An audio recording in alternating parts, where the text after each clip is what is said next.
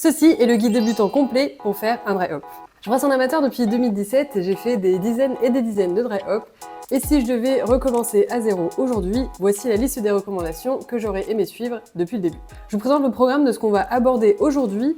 Donc épreuve 1, on va définir rapidement ce qu'est concrètement un dry hop. Épreuve 2, on va parler du moment d'ajout du houblon. Épreuve 3, on va voir la température idéale. Épreuve 4, on va s'intéresser au temps de contact du houblon. Et épreuve 5, on va s'intéresser à la quantité du houblon en nous basant d'abord sur une étude, puis à l'application en pratique pour terminer par le critère des différents formats de houblon.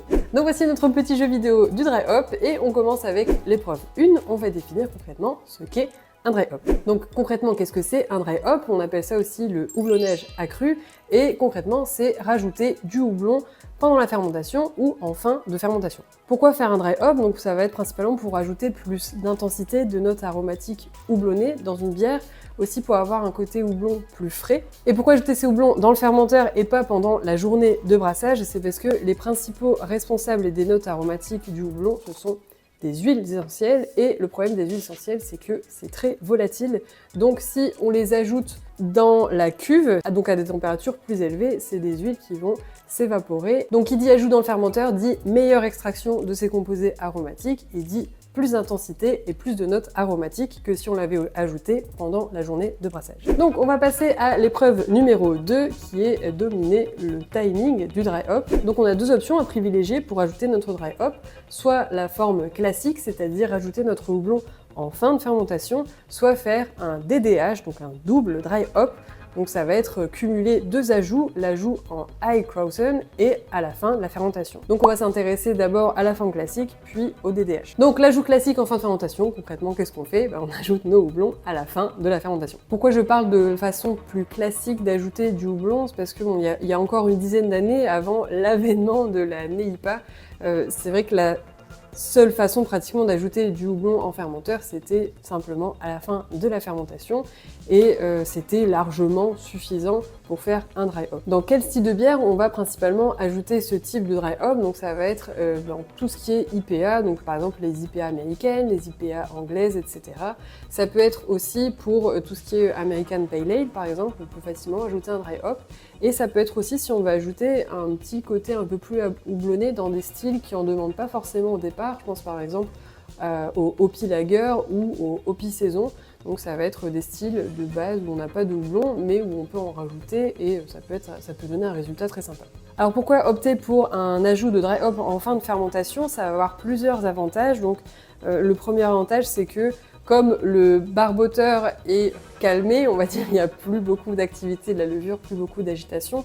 Tout ce qui va être ajouté au niveau des composés aromatiques du houblon, ils vont être beaucoup mieux extraits et introduits dans la bière. On ne va pas avoir de composés aromatiques qui vont s'échapper par le barboteur. La deuxième chose qui peut être vue comme un avantage ou comme un inconvénient selon les objectifs qu'on a, c'est que on va avoir un profil de houblon plus fidèle à la variété de houblon en question, c'est-à-dire qu'il va pratiquement pas avoir d'interaction entre la levure et le houblon, et donc on va pas avoir de composés qui vont être transformés ou qui vont être influencés par la levure. Ça, c'est ce qu'on va voir un peu plus dans le deuxième type d'ajout, dans le double dry hop. Bon, on a un principal inconvénient par contre quand on fait un dry hop en fin de fermentation, c'est qu'on a un risque beaucoup plus élevé d'oxyder notre bière. Alors pourquoi c'est un très gros inconvénient? C'est parce que l'oxydation c'est le pire ennemi ou l'un des pires ennemis des bières en général, mais encore plus des IPA. Et pourquoi on est particulièrement exposé à l'oxydation pendant cette étape? C'est parce que quand on va rajouter nos houblons dans notre fermenteur, concrètement, on va ouvrir, mettre nos houblons, refermer.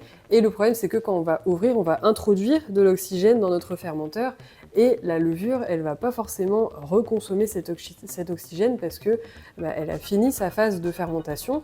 Donc cet oxygène, il va entrer en contact avec la bière et ça va l'oxyder. Donc j'ai quelques petits conseils pour essayer d'atténuer un petit peu ce risque. Le premier, c'est de bien sûr le faire le plus rapidement possible quand on va rajouter nos houblons. Donc, on ouvre, on rajoute le houblon, on ferme, on commence pas à observer sa bière, non, on fait vraiment ça le plus vite possible. Le deuxième conseil, c'est un conseil que j'ai lu sur le site de Scott Janisch qui dit qu'il connaît pas mal de brasseurs qui vont rajouter un petit peu de sucre en même temps que rajouter les houblons du dry hop, dans l'espoir qu'elle va consommer l'oxygène qui a été introduit. Donc ça, c'est un deuxième petit conseil qui peut être mis en place. Et enfin, un dernier conseil, mais qui va demander plus d'investissement, donc un plus gros budget, c'est d'investir dans un matériel plus avancé pour pouvoir au moins ajouter du CO2, voire même tout faire en circuit fermé. Donc maintenant, on va passer au double dry hop, donc la deuxième façon de faire un dry hop. Qu'est-ce que c'est concrètement? Donc comme son nom l'indique, ça va être un double ajout, donc 2 ajouts de dry hop dans notre bière. Le premier ajout, ça va être pendant la phase active de fermentation, et le deuxième ajout, c'est celui qu'on vient de traiter, celui en fin de fermentation. Donc ça, pour quel style de bière ça va plus être applicable? Là, on est plutôt sur les styles modernes. Je parlais tout à l'heure de l'avènement de la NEIPA, donc c'est vraiment les styles modernes qui sont très houblonnés côté aromatique. On a les NEIPA, les Hazy IPA, etc. Et ça va être aussi intéressant pour des IPA plus costauds en alcool, donc par exemple les double IPA, triple IPA, etc. Si avant ce type de dry hop n'était pas si répandu, je pense que c'est parce que ça suffisait largement de faire un ajout de houblon en fin de fermentation, mais comme on veut toujours plus d'arômes, plus le côté juicy, plus d'intensité, etc. Bon, il a fallu trouver d'autres façons d'ajouter les houblons, et ça se prête vraiment à obtenir tout ce type de rendu sur la bière. Donc concrètement, quand est-ce qu'on va rajouter ce premier ajout, donc pendant la phase active de fermentation? Pour ça, il faut voir un petit peu les étapes par lesquelles va passer la levure pendant la fermentation. Donc disons qu'on vient de finir notre journée de brassage, on a refroidi notre mou, on le verse dans le fermenteur, on rajoute notre levure, et là, la levure, elle va passer par une première phase qui est la phase lag phase, la phase d'adaptation, où elle va s'adapter à son nouvel environnement. En général, on dit que ça dure entre 3 à 15 heures, donc cette première phase, et ensuite on arrive dans la deuxième phase, qui est celle qui nous intéresse ici, la phase active de fermentation, qui s'appelle aussi Eichhausen en anglais. Donc si vous trouvez des recettes où on dit ajouter en Eichhausen, donc ça fait référence à cette phase active de fermentation. Bon, alors à quoi ça sert d'ajouter les houblons pendant cette phase active de fermentation? On va avoir plusieurs avantages à ça. Le premier, c'est qu'on va pouvoir profiter de la biotransformation. Donc qu'est-ce que c'est la biotransformation? En très résumé, c'est l'interaction qu'on va avoir entre la levure et certains composés aromatiques du houblon. D'ailleurs, pour être vraiment très précis, il faudrait dire la biotransformation du houblon. Comment elle va interagir, cette levure, avec ces composés aromatiques? Elle va permettre deux choses. La première chose, c'est qu'elle va permettre de libérer certains composés aromatiques, donc libérer certaines notes auxquelles on n'aurait pas eu accès sans cette interaction. Donc ça permet d'avoir plus de notes ou une plus grande intensité de certaines notes de nos houblons.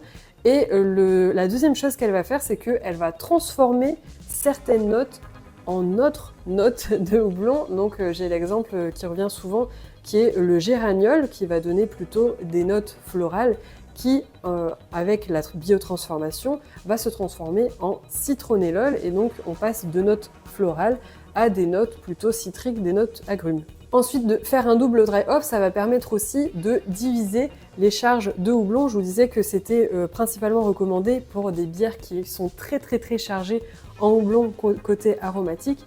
Le problème de ça, c'est que y a des études qui ont montré que on a une meilleure extraction des composés aromatiques si on fait plusieurs petits ajouts en plus petite quantité que si on fait un seul gros ajout de nos houblons à un seul moment.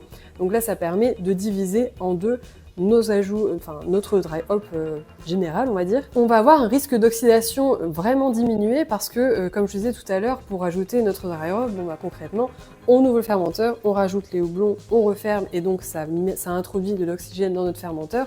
Mais là, comme la levure, elle est à son max, elle consomme tout l'oxygène et tout le sucre qu'elle peut avoir à disposition, elle va consommer également l'oxygène qu'on aura introduit à ce moment-là. Donc l'oxygène, il n'aura pas le temps d'oxyder notre bière. Ça va diminuer aussi le risque de hop rip. Donc le hop rip, qu'est-ce que c'est? Encore une fois, en très schématisé, très résumé, c'est une petite refermentation qui va être induite par l'ajout du houblon dans le fermenteur. Donc qu'est-ce que je veux dire par là? C'est que il a été démontré que le houblon était porteur de certaines enzymes dont certaines étaient capables de transformer les dextrines, les sucres non fermentescibles que normalement la levure ne consomme pas. Ces enzymes, elles sont capables de transformer ces dextrines en sucre fermentescible. Donc le problème, c'est que si cette levure, elle consomme pas ces nouveaux sucres fermentescibles, ils risquent de se retrouver dans nos bouteilles et donc de créer du gushing. Le gushing, c'est quand on a une carbonatation vraiment exagérée ou ou pire encore, de faire des explosions de bouteilles. Donc là, comme on va rajouter nos houblons pendant que la levure, comme je vous disais, elle consomme tout ce qu'elle peut en sucre et en oxygène, elle va consommer ces sucres qui auraient été créés, convertis par l'ajout de houblon dans le fermenteur. Bon, il y a quand même quelques inconvénients à faire un double dry hop. Le premier, c'est que on a à ce moment-là le barboteur qui est complètement en folie parce que donc la levure, elle rejette le CO2, etc. Le problème, c'est que le CO2, en sortant par le barboteur, il embarque avec lui une petite partie des huiles essentielles, des notes aromatiques de nos houblons.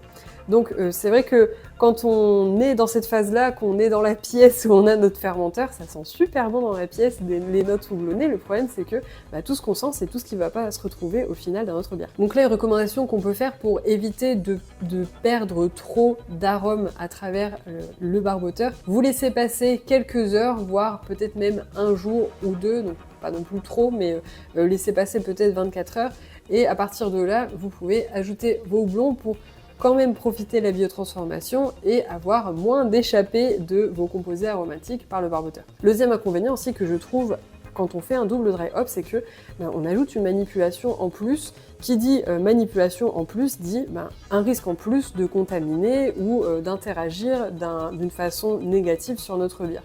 Donc après, c'est à nous de peser le pour et le contre pour choisir quel type de dry hop on va pouvoir faire. Maintenant, on arrive à l'épreuve 4. Donc là, on va se battre contre le chevalier de la température idéale. Donc on va essayer de maîtriser la température idéale du dry hop. Donc là, clairement, je vais vous parler d'une étude qui a été relatée par Scott Janisch. Donc si vous ne connaissez pas Scott Janisch, c'est un auteur très important dans la littérature sur le brassage. Il a notamment écrit The New IPA, donc un livre qui regroupe la plupart des études qui ont pu être faites autour du houblon. Et donc dans l'une des études qu'il répertorie, il parle de celle-ci, où a été comparée une bière qui a reçu un dry hop à 4 degrés et une bière qui a reçu un dry hop à 20 degrés. Donc ce qui ressort de cette étude, c'est que l'extraction des composés aromatiques est beaucoup plus rapide à 4 degrés qu'à 20 degrés et qu'on a un pic d'extraction au bout de 3 jours de contact quand le dry hop est fait à 4 degrés.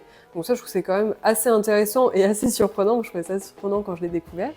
Et Scott Janisch, il donne quelques recommandations aussi donc en général, et il indique que en prenant en compte ces études et d'autres études, d'autres paramètres, le plus intéressant c'est de faire un dry hop entre 10 et 14 degrés. Donc en plus de cette extraction plus rapide qu'à 20 degrés, ça permet aussi de réduire les polyphénols. Donc les polyphénols, ça va être les principaux responsables du hop burn, et le hop burn, c'est en gros une astringence, un peu comme quand vous mettez un sachet de thé que vous le laissez trop longtemps dans votre tasse et que du coup ça fait un peu un côté un peu râpeux. C'est un peu cette idée-là. Et c'est une astringence qui va être liée à différents facteurs, donc à la température excessive, ça va être lié au temps de contact excessif et ça peut être lié aussi à la quantité excessive de houblon dans notre fermenteur. J'avais fait un article complet sur le sujet d'ailleurs, donc si vous voulez y jeter un œil, je le mets en barre d'infos. Et ça va réduire aussi le hop creep parce que à une température plus basse, les enzymes vont être moins actives, donc on va moins avoir cette dégradation des dextrines en sucre fermentescible. Donc tout ça nous amène à l'épreuve 4 où on va devoir maîtriser le temps de contact du dry hop. Donc ce qui a pu me surprendre à travers toutes les recherches que j'ai pu faire, c'est que au final, l'extraction des huiles essentielles du houblon, elle se fait de façon rapide. Scott Janisch toujours nous a partagé les résultats d'une autre étude qui expliquait que au final, l'essentiel des arômes était extrait en 24 à 48 heures. Et ce qui est intéressant aussi avec toute la littérature de Scott Janisch, c'est que souvent il donne à la fin des recommandations spécifiques selon lui. Donc il nous indique que pour un dry hop, au final, l'idéal c'est de ne pas dépasser 3 jours. Donc si on dépasse 3 jours et si on va au-delà de 5 à 7 jours, on peut avoir plusieurs risques. Le premier, ça va être de développer des notes vertes herbacées. La deuxième chose qui, moi, personnellement, m'a beaucoup surprise, je pensais pas que c'était possible, mais quand on rajoute les houblons, donc les huiles essentielles sont libérées. Si on laisse trop longtemps les houblons dans notre bière, ils vont être, ces extraits, réabsorbés par les houblons eux-mêmes. Je trouve ça incroyable. Bon, j'imagine que c'est pas tout, bien sûr, c'est pas toutes les notes de houblon, une petite partie, mais quand même, je trouvais ça assez intéressant à relever. Ensuite, on va avoir une plus grande extraction des polyphénols si on dépasse un certain temps de dry hop.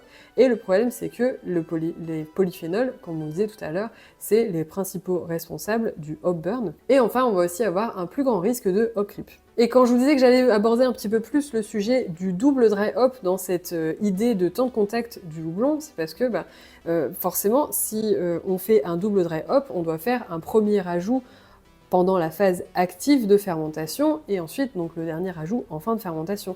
Et quand on rajoute notre premier ajout, là on se trouve à deux choix possibles. Le premier, c'est de faire notre ajout donc pendant la phase active, de le retirer au bout de 3 jours et ensuite de faire notre dry hop à la fin. Donc si on fait ça, le problème c'est qu'on s'expose à un gros risque d'oxydation et aussi pourquoi pas d'infection. Et le deuxième choix possible par contre, c'est de laisser nos houblons, de les rajouter pendant la phase active et de les laisser jusqu'à la fin. Chacun est libre de faire le choix qu'il veut. Je pense que là, il faut juste voir ce qu'on privilégie et ce qu'on veut prioriser comme problème possible pour notre bière. Pour ça, j'aime bien citer Fauve. Donc Fauve que tout le monde connaît, donc c'est une brasserie craft française. Ils adorent faire des doubles, triples NEIPA, DDH, etc.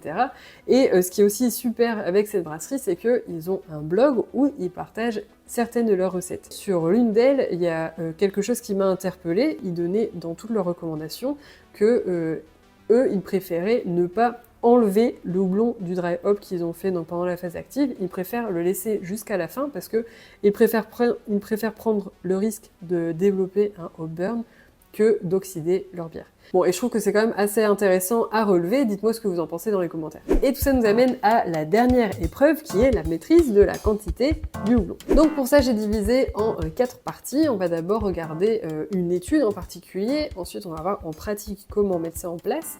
On va voir aussi que la quantité, elle va être influencée par différents autres critères. Et à la fin, donc notamment les différentes formes qu'on va utiliser de houblon, ça va aussi influencer cette quantité. Donc l'étude en question, c'est une bière qui a été divisée en différents fermenteurs et chaque fermenteur a reçu une quantité de dry hop différente. Donc ce qu'ils ont pu constater avec cette étude, c'est que la différence entre le dry hop de 8 grammes par litre et le dry hop de 16 grammes par litre, elle était pas si énorme que ça, même pas du tout. Et en plus de ça, ils ont constaté que le dry hop de 16 grammes par litre, il commençait à développer des notes herbacées et un peu de thé, pas super agréable. Et ils ont aussi constaté que c'est avec la charge de 4 grammes par litre que le houblon avait la meilleure expression possible. Donc bon, il faut quand même remettre ça dans son contexte en disant que c'était un dry hop du houblon cascade dans une pale ale américaine qui durait 24 heures et qui était exposée à 20 degrés. Mais je trouvais intéressant de relever ça, qu'on n'est pas toujours obligé de mettre des quantités exponentielles de houblon pour avoir un bon résultat dans notre bière. Donc ce qui nous amène à la pratique, j'ai essayé de chercher des fourchettes, c'est pas si facile à trouver que ça, surtout des fourchettes vraiment concrètes.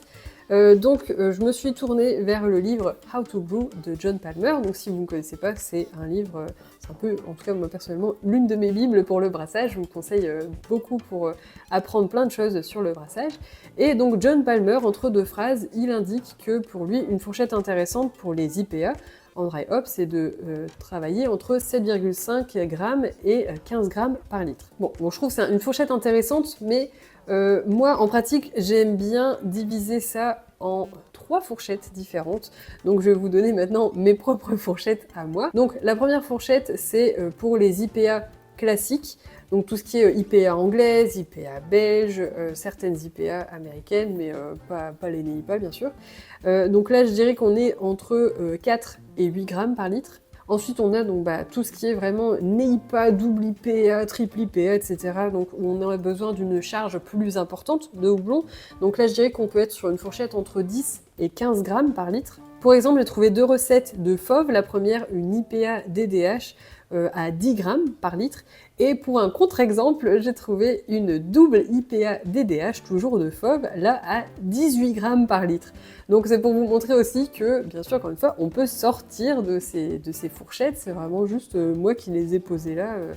au fil de mes expériences en matière de dry hop. Et enfin, la dernière fourchette que je vous propose, c'est pour les bières légèrement houblonnées, donc j'en parlais un petit peu en début de vidéo, mais c'est tout ce qui est par exemple Hoppy Lager, Hoppy Saison, American Pale Ale, où c'est pas un style où on va forcément retrouver un dry hop, mais si on en rajoute un, encore une fois, faut pas mettre des quantités exponentielles. Donc pour moi, du coup, la fourchette qui est assez intéressante, c'est de 1 à 3 grammes par litre. Et pour ça, d'ailleurs, j'ai trouvé un exemple de FOV, une American Pale Ale, où ils ont fait un dry hop très gentil et léger de 3,75 grammes par litre. Pour nuancer ces fourchettes, on a aussi d'autres critères qui vont entrer en jeu. On a le premier critère pour moi qui est le taux d'acide alpha. Donc je sais, le taux d'acide alpha, c'est plus pour normalement l'amertume que pour tout ce qui est côté aromatique. Mais ce que j'ai pu constater en préparant des commandes tous les jours et en ouvrant des sachets de houblon divers et variés, c'est que en général, les houblons avec un taux d'acide alpha élevé, voire très élevé, ils vont avoir un côté aromatique beaucoup plus prononcé. Je vous assure que quand vous ouvrez un sachet du houblon Eclipse à 18% d'acide alpha, vous en prenez plein la tronche niveau aromatique. Donc c'est quand même un peu lié, même si je suis pas sûre, je pense pas d'ailleurs que ce soit démontré scientifiquement, mais en général, on retrouve quand même une cohérence. Ça a aussi d'ailleurs été relevé par John Palmer je crois que c'était dans son livre, que j'avais vu ça, dans son livre How to Brew. Donc ça, c'est un premier critère à prendre en compte pour relativiser les fourchettes de quantité de houblon. Et le deuxième critère, c'est le taux d'alcool. Donc je pense qu'on va pas mettre une même charge de houblon dans une NEIPA sans alcool que dans une double, triple NEIPA double dry hop.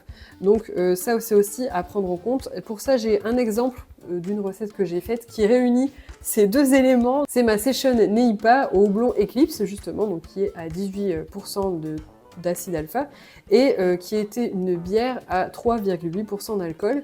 Donc je sors de la fourchette que je vous ai donnée tout à l'heure de 10 à 15 grammes par litre. Là j'avais fait 6 grammes par litre et c'était largement suffisant pour ce type de bière. Et enfin, on arrive au dernier critère qui va, je pense, influencer la quantité de dry hop, ça va être les différentes formes du houblon. Il y a pas mal de formes de houblon ici, je me suis intéressée à 3 principales. La première forme, ça va être le houblon en pelé T90.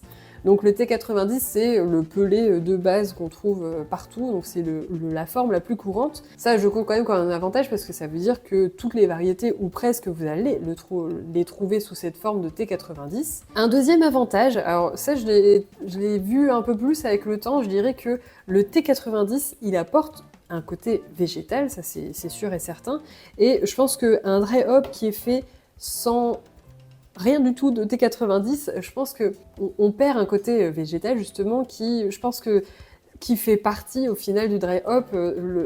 Un dry hop, c'est fait pour ajouter des arômes, etc. Mais c'est aussi fait, je trouve, pour ajouter ce côté un peu brut, houblonné, qu'on n'a pas forcément si on n'utilise pas de T90. Donc je pense que c'est important à relever. Et un dernier avantage que je peux lui trouver, c'est que comme c'est la forme la plus courante, c'est la forme aussi qui a été le plus étudiée. Donc c'est la forme sur laquelle on a le plus d'informations à disposition. Ce qui vous amène à un deuxième format dont je voulais vous parler, c'est le format concentré. Ici, on va s'intéresser par exemple au Lupomax. Donc vous avez votre pelé T90, vous le diminuez, vous le divisez en deux, mais juste pour le côté matière végétale, mais par contre, vous avez toujours autant d'intensité, voire plus qu'un pelé T90. Donc en résumé, à quantité égale, un houblon Lupomax va être beaucoup plus intense aromatiquement, au niveau aromatique, que un houblon T90. Donc ça c'est pas mal parce que quand on rajoute dans le fermenteur, ça va permettre de diminuer grandement les risques de hop creep et de hop burn puisqu'on aura moins de matière végétale pour un même résultat aromatique. Et ce qui est pas mal aussi, c'est que, encore une fois, on a moins de matière végétale dans le fermenteur, donc ça va moins absorber de liquide, donc on aura moins de pertes au niveau liquide. Et par contre, la petite chose que je voulais mettre en relief encore une fois, c'est que on aura moins ce côté végétal qui, pour moi, comme je vous disais, est assez important. Donc je pense que c'est intéressant de combiner les deux, au final, le T90 avec le Lupomax, mais de garder quand même un petit support T90 pour garder ce côté végétal. Et enfin, on arrive à la dernière forme dont je voulais vous parler, la forme liquide du houblon. Donc là, je veux parler principalement du Quantum Bright de la marque Abstrax, donc parce que c'est pour moi la vraie forme liquide, c'est-à-dire que concrètement, on dirait du lait. Bon, déjà c'est blanc et c'est vraiment liquide, on peut l'ajouter en goutte à goutte dans notre fermenteur. Donc c'est très intéressant comme forme parce que là concrètement c'est vraiment juste un concentré des arômes de houblon. Donc là, on a 0 matière végétale pour le coup. Donc théoriquement, du coup, on a 0 risque de hop creep et de hop burn. Mais si je dis théoriquement, c'est que vous me voyez peut-être venir, mais pour moi, encore une fois, c'est à combiner avec un petit peu de houblon T90 pour, encore une fois, avoir ce support végétal qui, encore une fois, je vous le dis, pour moi, c'est vraiment important. Un deuxième, peut-être, inconvénient, entre guillemets, c'est que, comme c'est un produit très récent, on a beaucoup moins de recherche et d'expérience sur ce produit, donc c'est un avantage comme un inconvénient parce que du coup il y a vraiment tout à explorer, on peut tout faire avec ce type de produit, mais en même temps voilà, on a moins de recherches sur lesquelles on peut s'appuyer. Et donc voilà, c'est ici que s'arrête mon guide. J'ai d'ailleurs résumé tout ça sous forme de e-book où vous pouvez retrouver toutes les recommandations que je donne dans cette vidéo. Et vous avez peut-être remarqué que j'ai pas abordé tant que ça le sujet de l'oxydation, c'est parce que pour moi c'est un sujet tellement vaste que il a besoin d'une vidéo à lui tout seul, donc ça va être la prochaine vidéo que je vais sortir sur cette chaîne. Et en attendant, moi je vous dis merci d'avoir regardé cette vidéo jusqu'au bout, et puis on se retrouve très bientôt pour un prochain sujet.